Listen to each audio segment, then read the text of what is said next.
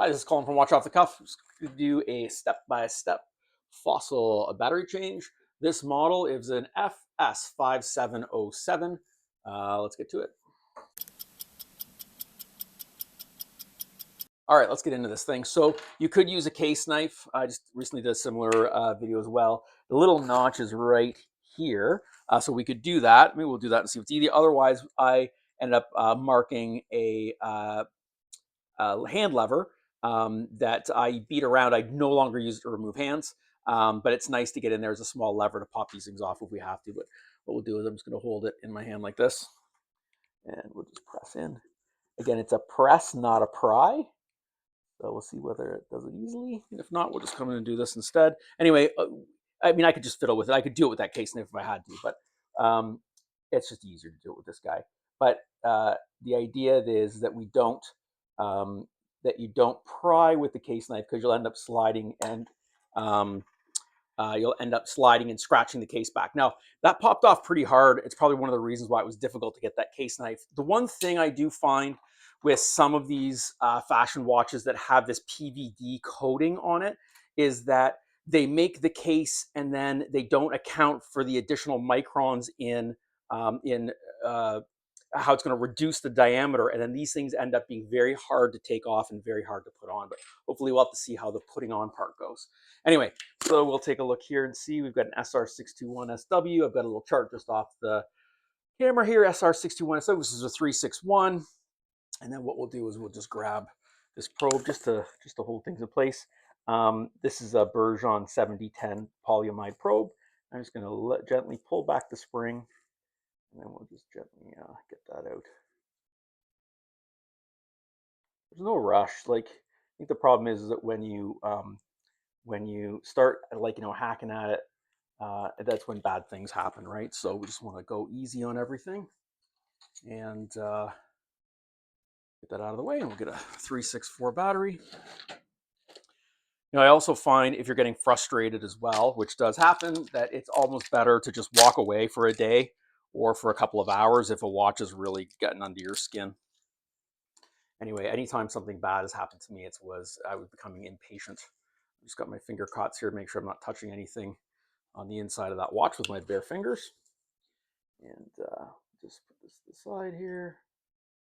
And I'm just going to put it under that spring again. We're just going to push it. If I can, I could probably be better off to be using this probe. I'm going to take it. I'm just going to push it over like that. There we go. So we're just going to do a quick check to make sure it's running, which it is. And now we can take a look at putting the back on. Before we do that, I'm just going to take this gasket off. I'm just giving it a little poke with the probe until it makes a little bit of loop there. And then usually I can get it off from there. There we go. So we'll just take that off. This is very clean looking. There's nothing, I don't have to clean the surface at all. Everything's looking really good. Sometimes it can get a little bit gunky. Anyway, we just got some silicone 7 in this little gasket greaser. Get that back on. We'll get this guy out of the way. And we'll just gently run this thing back around so it's seated. Looking good. Okay, so now there's some writing here, which is wants to orient the back on this case, but what we're really looking at is this little notch right here.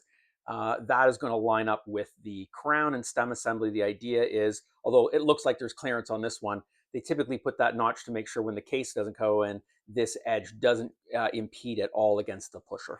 So we're going to turn this around, and we're going to line it up, and we're going to go to the crystal press /case press. And we're going to pop this on, and we'll see just how tight a fit it is with this PVD coating on it, which has reduced that inner diameter just a little bit. We'll see how it goes. Let's go to the press. All right, back at the press here. So on the bottom die, we'll put it face down. I prefer to have the watch face down when I press down the case back. There is on this a pass-through, so you could leave the bracelet on, put the case back here, and have the watch face up. But I just find that when it's face down, I can position the watch better, and I just have a better eye to make sure that the case back hasn't shifted. Like we talked about that notch that was in the back. I want to make sure that that's lined up the whole time. So I'm just going to put a little cloth there as well, and this allows me to have a big area, the whole case of the watch, and I can do a quick visual check with my loop here, and I can make sure Is my notch still perfectly lined up? And of course it had shifted a little. And then we can press it down. So I can already see that it is quite a tight fit. Now I just want to make sure it was a little snappy there. I'm just going to go around. I'm just taking a quick look to make sure that everything looks good. And everything's good to go. So we just need to set this thing, and away we go. It looks like it does have a chronograph feature. So sometimes, if the chronograph was running when the battery ran out, it will lose the positional information about where these subdials are. So I'm just going to press this and say, okay, you know what? I'm going to do it. I lied. I'm going to go back so we can have a close up the other part of the bench. So be right back. Okay, so let's take a look at this chronograph. So I can see here that this indicator here is not lining up. So let's press the chronograph. You see it's running. We're going to say stop, and we're going to reset. And you see it sprung back, so it's no longer aligned. So what typically happens if you pull the watch out to the second position, typically, it should allow us. If you can see, if you saw that, it allowed me to go back and adjust. I can go back and forth. Now, I'm just to demonstrate, if this one is gone as well, it may be mechanically linked to it. So let's just go forward. If we press and hold, it'll erase. And you can see the minute counter over there is out of place as well. So what we can do is we can just back it up till both are in the 12 o'clock position. And then we press the crown back in. And now if we test the chronograph, we can press this. And let's go stop and reset. And you can see it reset back on the seconds, back to the 60-second or 12 o'clock mark there. So do not panic when you change the battery on a chronograph. If after you do that, this won't reset, it's perfectly normal. And the other thing we'll do here is, while we're doing this, I'm just going to set this watch. I don't know whether it's AM or PM. So the safest thing is always to just manually index the watch down to, like, so I just say both hands are at the bottom, so about 6 o'clock. It's nowhere near 12 o'clock, where the mechanics that allow the date indicator to roll over aren't engaged. So in this case, I can just pull it out to the first position there, and I can roll over. And today is the 16th. So I'm going to roll it to the 15th, and then I'm going to pull it out, and then I can manually roll it over. And this way, I know whether it's AM or PM. In this case, we'll just keep on rolling over here.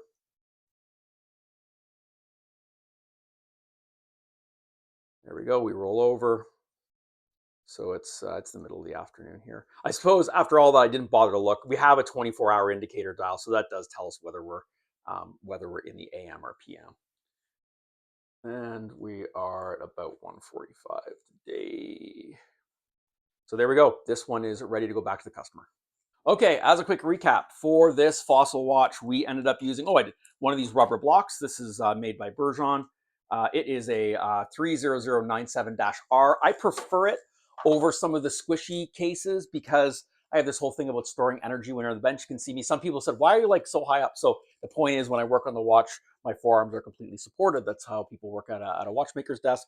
I don't like it spring because when I push down on the part or the watch, that I've got some spring back, and that could send parts flying. I mean, it's a bit over the top, but I just prefer it that way. Anyway, I like this because it's solid. It doesn't give, but it provides me the protection to make sure that I don't scratch anything that I'm working on. So I use that. I ended up using. I've got fancy screwdrivers too, but I ended up using these because I use them to poke and prod a little bit. So I used a 1mm screwdriver. I also used the Bergeon 7010 probe, and I used a now repurposed hand lever, which this part number from Hortec is MSA 05.007. They come in a pair.